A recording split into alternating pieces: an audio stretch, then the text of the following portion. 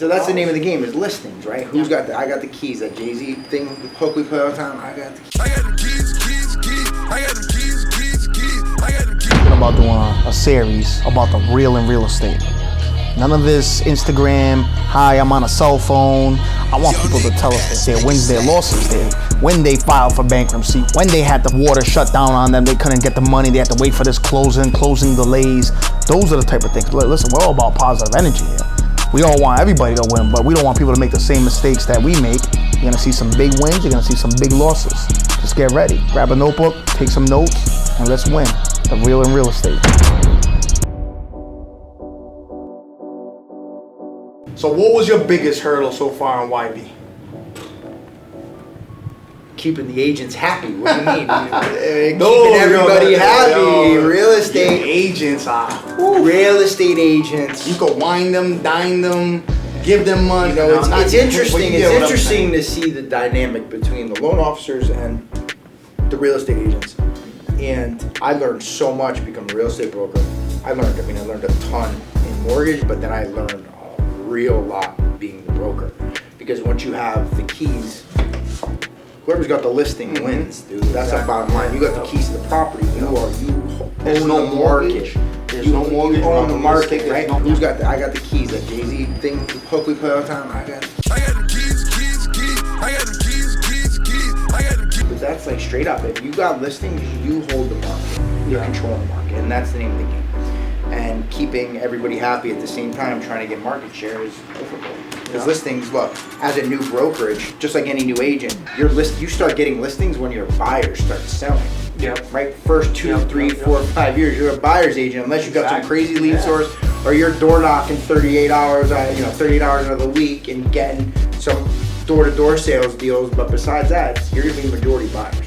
And the buyer pool right now is very big, and there's not a lot of inventory.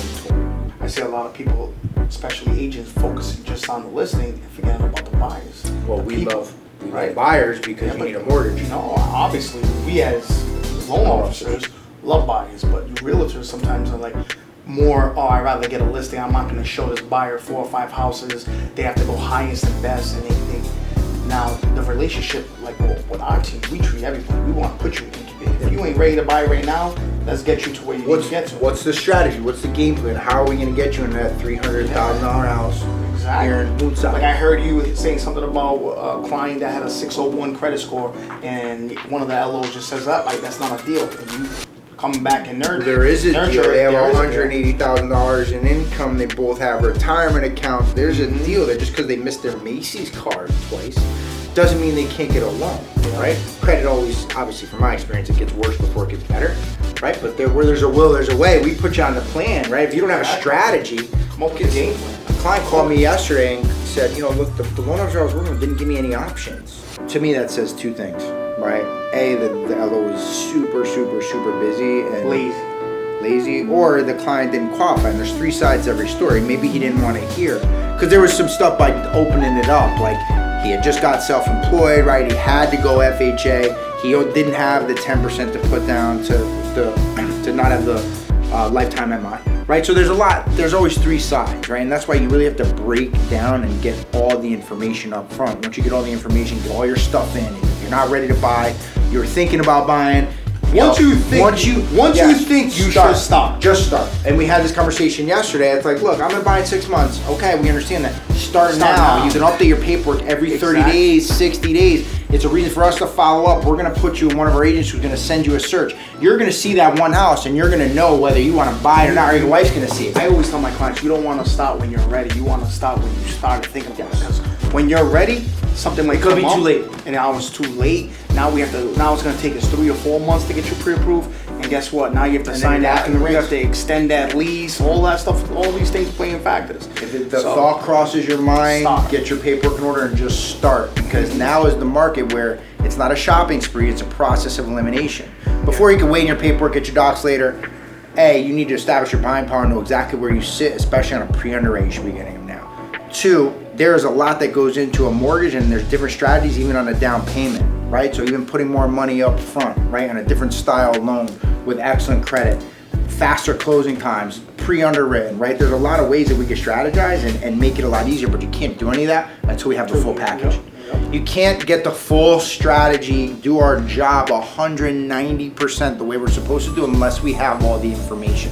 We ask for everything. Especially being in this market, we have to ask for that. And we ask don't want any ask for hiccups. too much. We don't want to ask for that. You need that because you want to make sure that the buyer is going to be aggressive on their offers. Maybe you could even give them an approval instead of a pre-approval, which is a huge difference. The napkin, the pre-qual app, the napkin, what's it called? The napkin where you write the pre-qual. I did it yesterday. I just did my 10 engaging questions where I made the deal make sense in my head. I've done his loan a couple other times. We had a new job, a couple other investment properties.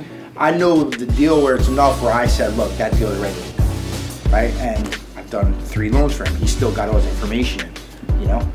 Even if you've done the loans, you still have to update your stuff because things change. And the underwriter's job, don't forget, this is to investigate the facts. So once they unravel one thing, they're going to keep unraveling and keep searching and keep searching. That is why get your consultation in order, get all your paperwork, all the painful stuff out of the way, and get it ready. Once you're ready, the easier it is.